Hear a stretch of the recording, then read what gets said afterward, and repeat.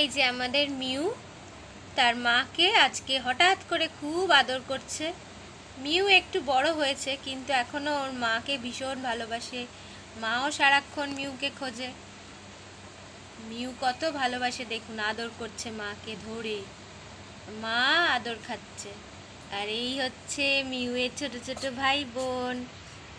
এদের মধ্যে খুব বন্ডিং, এরা সারাক্ষণ একে অপরের সঙ্গে খেলে।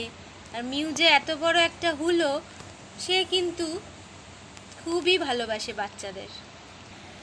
একটা অদ্ভুত ব্যাপার, আমরা জানি যে হুলো বেড়াল সাধারণত ছোট বাচ্চা দেখলে হিংসা করে, কামড়ে দেয়, মেরে ফেলে, কিন্তু আমাদের বাড়িতে উল্টো।